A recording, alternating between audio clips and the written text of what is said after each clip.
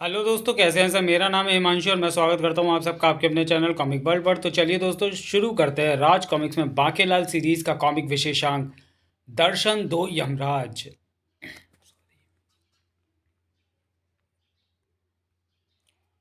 दर्शन दो यमराज। हे वृद्धवर, पृथ्वी पर यदि कोई मानव 100 बरस पूर्ण कर लेता है तो उसे ससम्मान यमलोक में लाए जाने का विधान है। हमने 2 दिन पूर्व ही अपने यमदूतों के हाथों आपको तैयारी कर लेने का निवेदन भेजा था। कृपया तैयार रहें। अपनी पत्नी, पुत्रों, नाती पोतों धोतों को जो कुछ देना हो पहले से ही दे देना, ताकि वे आपसे प्रसन्नचित रहें। हम 2 दिवस पश्चात रात्रि के समय पुनः यहाँ आएंगे। 2 दिन पश्चात जब हमारे यमदूत आपको लेने आए तो आपने होशियारी दिखाई। 2 कुत्ते पाल लिए, क्योंकि कुत्तों को यमदूत दृष्टिगोचर हो जाते हैं और वो रुदन करने लगते हैं। जैसे ही कुत्तों ने रुदन आरंभ किया, आप ईश्वर के ध्यान में लगे होने का नाटक करने लगे। अरे मोती, वो देख यमदूत। बुड्ढा निकलने को है, चल शहनाई बजाएं। हू! यमदूत अगले दिन पुनः आए। ठक ठक, बुड्ढा घर पे है? नहीं है। विवश होकर अंततः हमें ही आना पड़ा। कृपया हमारी शराफत का अनुचित लाभ ना उठाएं और अब कृपया मोह माया त्याग कर हमारे साथ प्रस्थान करें। बुड्ढों वाली भयंकर खांसी। किंतु अभी तो मुझे अपने पोतों के पोतों का विवाह होते भी देखना है। मैंने अपने पुत्र को ऐसा वचन दिया है, प्राण जाई पर वचन न जाई। अभी तो आपका पोता 6 माह का ही है, वो 20 बरस में विवाह योग्य होगा, फिर उसका पोता भी विवाह होने योग्य और 40 बरस पश्चात होगा। हम 60 बरस तक प्रतीक्षा नहीं कर सकते। मैं नहीं चाहता कि कोई मेरे बच्चों को अनाथ कहे। आपको ससम्मान यमलोक ले जाने का विधान है, अन्यथा यम पाश में फांस कर कब का ले गए होते। कृपया हट छोड़ दें। इधर यमराज उस वृद्ध को समझाने बुझाने में लगे थे और इधर बाकीलाल अपने घोड़े चेतक को। मोटे मुच्छड़ मनूस राजा विक्रम सिंह ने महल में पशुओं की छद्म वेश प्रतियोगिता का आयोजन रखा है और मैंने तुझे यमराज के भय से वृषभ राज के छद्म वेश में तैयार किया है। प्रतियोगिता में विजयी होने वाले पशु को ढेरों पुरस्कार प्राप्त होंगे। चेतक, इस प्रतियोगिता में तू ही विजयी होगा, किंतु हमें वहां पहुंचने में विलंब ना हो जाए। पुरस्कार तो तुम्हें ही मिलेगा ना स्वामी, मुझे क्या मिलेगा, कद्दू। चेतक, अपनी चाल में तेजी ला। तूने भैंसे का वेश धरा है, किंतु तू घोड़ा है, तेज भाग गधे। स्वामी, पहले ये तय कर लो कि मैं भैंसा हूँ, घोड़ा हूँ या गधा, फिर उसी के अनुसार चलूंगा।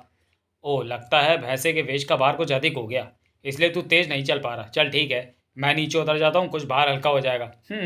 कोई फर्क नहीं पड़ा। थोड़ी दूर चलने के बाद, चेतक देख बे, अब तू पका रहा है। भैंसा तो ऐसे ही चलता है, मैं तो ऐसे ही चलूंगा। अब मैं समझ गया कि तू चाबुक खाए बिना नहीं चलेगा। अब मैं समझ गया स्वामी कि तुम लात खाए बिना नहीं टलोगे। चेतक के बच्चे, ये क्या किया? मेरे गिरने से पहले तुरंत मेरे नीचे आ, वरना मुझसे बुरा कोई ना होगा। छपाक, सॉरी धपाक, यमराज श्री आ गए। चेतक के बच्चे, उस लात का बदला तो मैं तुझसे ले ही लूंगा। अभी तो तू चल जरा यहाँ से। जय यमराज श्री, होड़प्पा चल दे पाए हंगे। हाँ, अरे अरे, ये क्या चमत्कार! चेतक को तेज चलने को कहा था पर ये तो उड़ने लगा। आज से पहले तो इसने जादू कभी नहीं दिखाया। वाह वाह, इसने तो कमाल कर दिया। लेकिन मैं जानता हूँ कि ये कमाल चाबुक का है। इसी बात पर इस पर से मेरा गुस्सा खत्म हुआ। इधर पृथ्वी पर देखो वृद्ध श्री, आपकी अस्थियां कड़कड़ा रही हैं, अब तो प्राण प्राण त्याग दें। यह तो योग के कारण हड्डियों के मजबूत होने का स्वर है यमराज श्री। सांस लेने के लिए भी पूरा दम लगाना पड़ रहा है, कृपया अब तो चलें। ये तो मैं प्राणायाम कर रहा हूँ। कमजोरी से गालों में कितने गहरे गड्ढे पड़ गए हैं। यह तो कपोल गुहा डिम्पल हैं यमराज श्री। ही भयंकर खांसी। मैं विनम्र निवेदन कर रहा हूँ और आप सिर पर चढ़ते चले जा रहे हैं। अरे और कितना जिएंगे? आपकी ये तकलीफ मुझसे नहीं देखी जाती। मैं आपको नई काया प्रदान करूंगा। अब मैं और प्रतीक्षा नहीं कर सकता। कृपया क्षमा करें वृद्धश्री, मैं आपकी आत्मा को यम पाश में जकड़ता हूँ। नहीं, मुझे कोई तकलीफ नहीं है। मेरे बहू बेटा मेरी दिन रात सेवा कर रहे हैं, मुझे छोड़ दो। अजी मुबारक हो, बुड्ढा टैं बोल गया। जुबान सवाल पार्वती, कोई सुन लेगा। मैं तुझे अकेले ही ये खुशी नहीं मनाने दूंगा, हम दोनों साथ साथ ये खुशी मनाएंगे। वैसे भी मैं सोच चुका था कि बीजों की बुआई करनी है। अगर ये 2 दिन में ना मरा तो मैं कल इसे खेत पर ले जाकर बीजों के साथ ही बो दूंगा। यमराज श्री, ये सब सुनने से पहले मैं मर क्यों ना गया? आप मर ही चुके हैं वृद्ध श्री। चलो वृषभराज, हम वृद्ध की आत्मा को धर लाए। कृपया मुझे इनकी औलाद बनाकर पैदा करना, मैं इनके लिए बहुत माल छोड़ा है। लेकिन तभी था, हा, भैंसे से दूर हट जाओ यमराज श्री।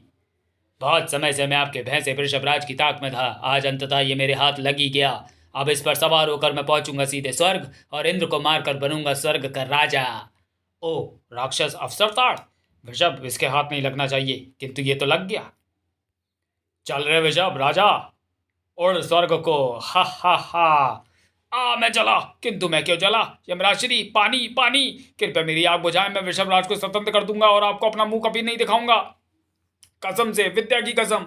देखते ही देखते राक्षस अवसरदार राग का ढेर बन गया। एक वरदान के कारण मैं केवल तभी राग का ढेर हो सकता था जबकि मैं घोड़े की सवारी करूं। ओ छल! यमराज श्री, आपने यमराज होकर छल किया। अब देवताओं पर कौन विश्वास करेगा? मैं तो स्वामी को खोजता हुआ यहाँ आया था। स्वामी कहाँ गए? घोड़ा? अरे चेतक, तेरी ये छलांग कुछ अधिक लंबी नहीं हो गई? अरे यमराज श्री के स्वर को क्या हुआ? ऐसा लग रहा है जैसे बकरी में आई हो। और आज मेरी गति भी पहले की अपेक्षा तीव्र है। पीठ पर भार भी हल्का लग रहा है। कुछ गड़बड़ है, कुछ गड़बड़ है बेटा वाकेलाल। ये तो बादलों तक आ पहुंचा है। चेतक, अपनी शक्ल दिखा। देखो तो सही, कौन सवार है मेरी पीठ पर? अरे ये तो कोई भैंसा है। ओ, ये तो कोई मानव है। मर गए, ये तो यमलोक आ पहुंचा। यमराज श्री वहां पृथ्वी पर मुझे ना पाकर क्रोधित तो उठेंगे। अरे कमबख्त भैंसे, कौन है तू? चल पृथ्वी पर। मुझे तुरंत पृथ्वी पर लौटना होगा। वृषभराज वापस लौट आया। क्षमा क्षमा क्षमा यमराज श्री, मुझसे भूल हुई, किंतु इस मानव ने मेरी रास खींच दी थी, जिससे मैं तुरंत उड़ चला। यमराज, मेरी तो बोलती ही बंद है। वत्स बांकेलाल, यदि तुम वृषभराज को यहाँ से ना ले जाते तो दुष्ट राक्षस अवतार उस पर कब्जा करके पूरे स्वर का राजा बन जाता और फिर पृथ्वी भी उसके जुल्मों से ना बचती। तुम्हारे कारण संपूर्ण ब्रह्मांड की रक्षा हुई है, किंतु तुम्हें कैसे पता लगा कि घोड़े की सवारी ही उस दुष्ट दैत्य की मृत्यु का कारण बनेगी? वो आप तो अंतर्यामी हैं यमराज श्री। आप तो जानते ही हैं कि मुझ पर भगवान भोले शंकर की कितनी कृपा है।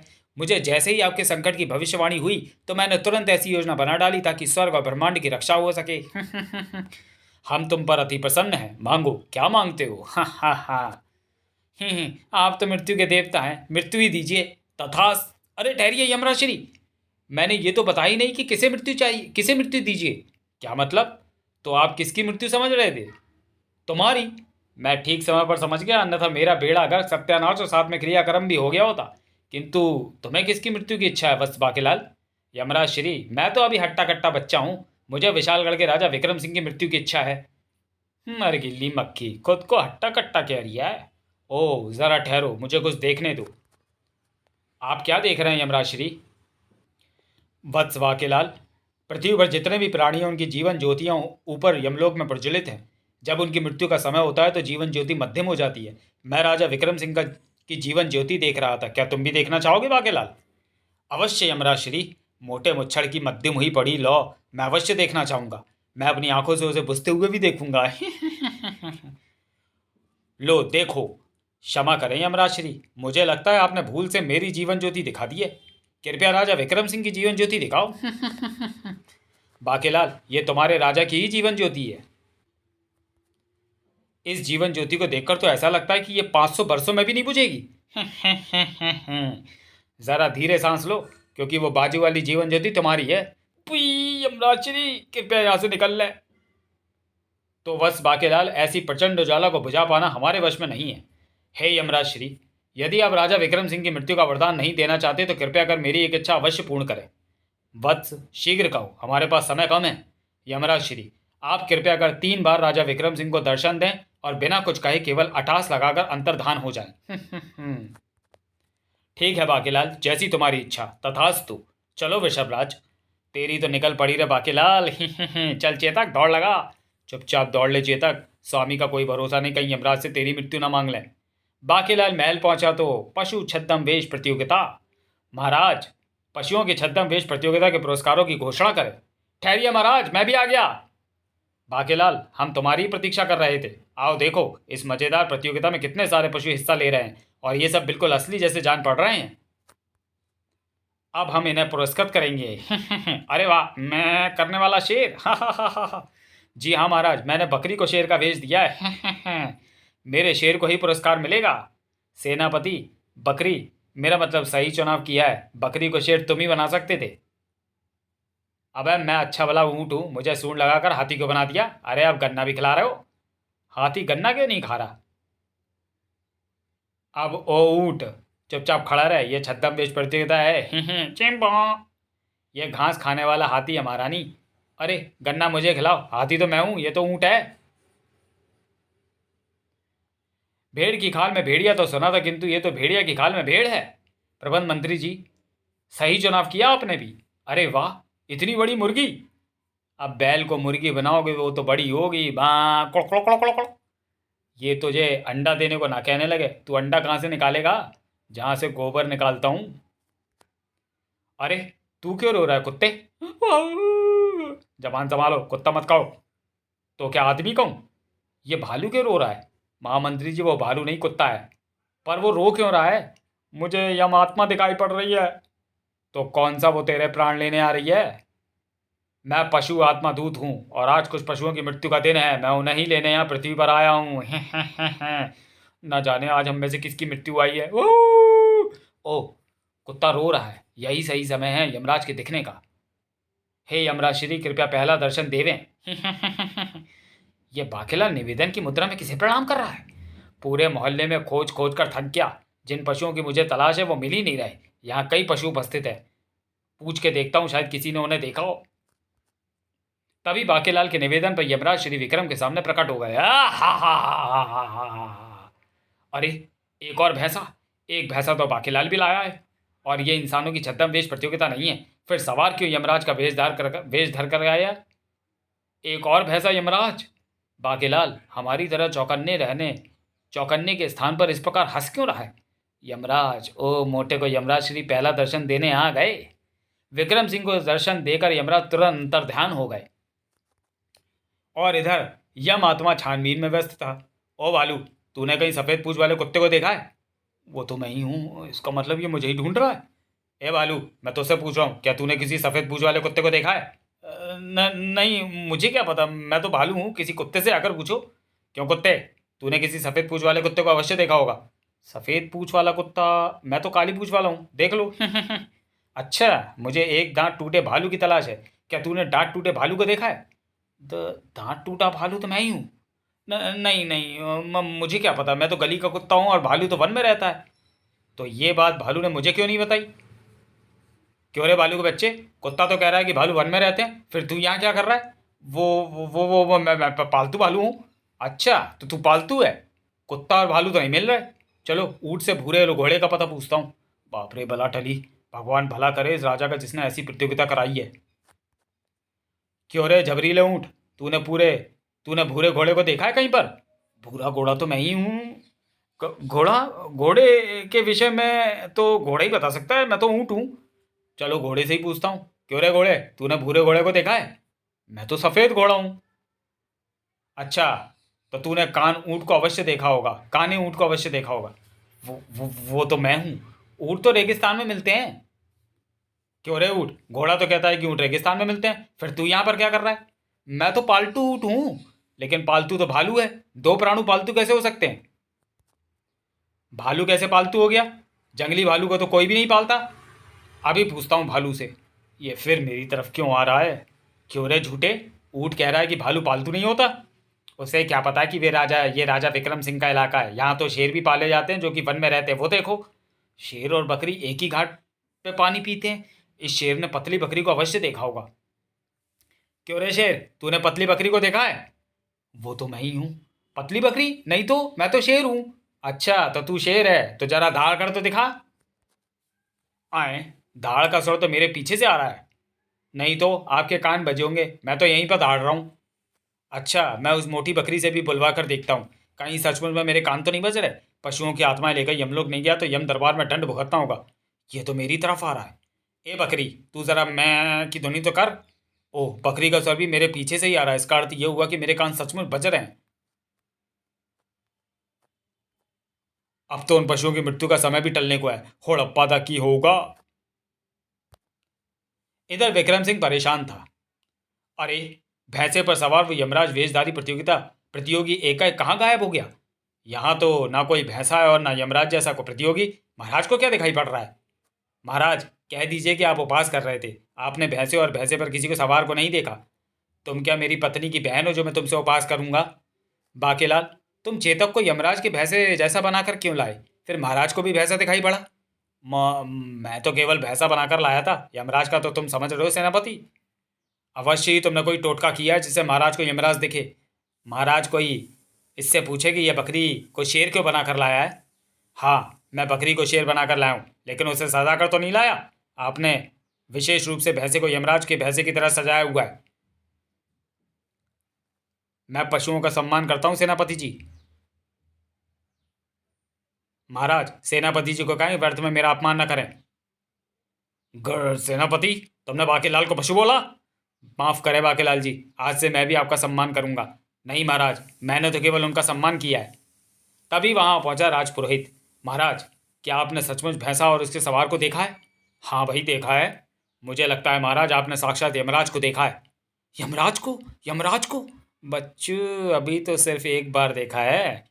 यमराज के दर्शन होना अशुभ होता है। अर्थात अर्थात महाराज का समय आ गया। तुम यही कहना चाहते हो ना राजपुरोहित? हाँ।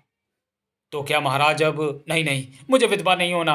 रानी, संयम से काम लो, हम महावीर हैं। अरे, आपको तो हर बात पर यही बोलना आता है। आप तो यही कहते हुए निकल लेंगे।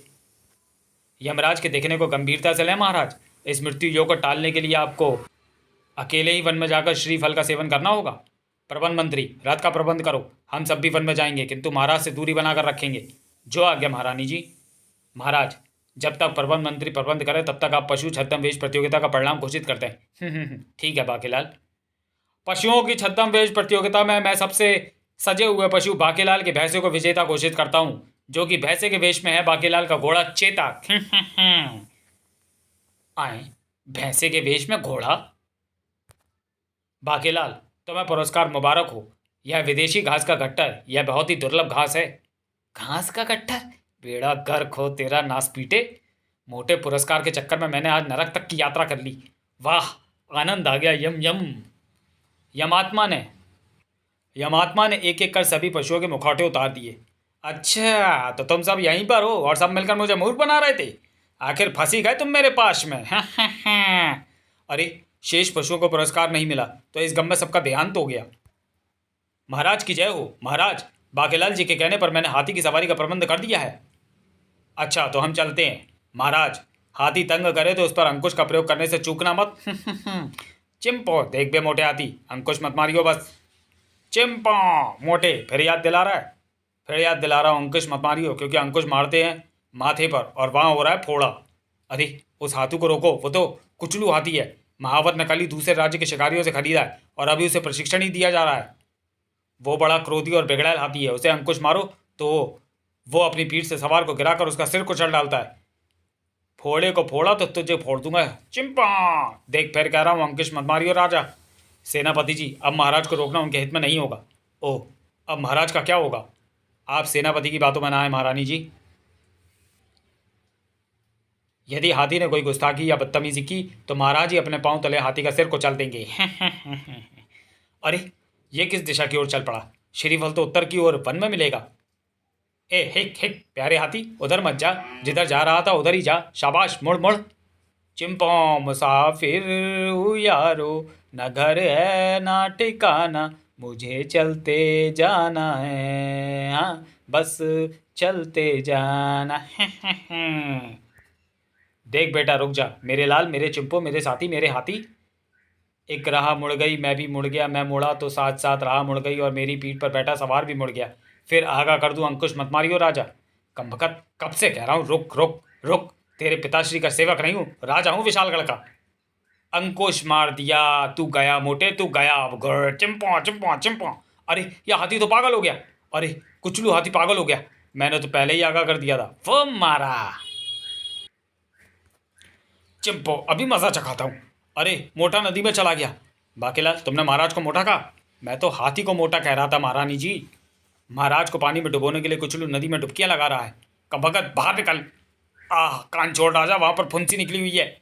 सेनापति, तुम तो कह रहे थे कि कुचलू नीचे गिराकर सिर को चलता है, पर वो तो महाराज को डुबो रहा है। महाराज का वध करने से पहले वो अवश्य महाराज को अंतिम स्नान करवा रहा है। बाकीलाल, आसपास कोई पत्थर हो तो उठाकर मुझे दो, किंतु पत्थर से हाथी थोड़ी मरेगा। पत्थर हाथी को नहीं मारना, पत्थर से सेनापति का मुंह तोड़ना है जो अंट शंट बके जा रहा है। तो चलिए दोस्तों, वीडियो को यहीं समाप्त करते हैं और मिलते हैं बाकीलाल सीरीज़ की कॉमिक दर्शन दो यमराज के दूसरे भाग में अगले वीडियो में। तब तक के लिए धन्यवाद।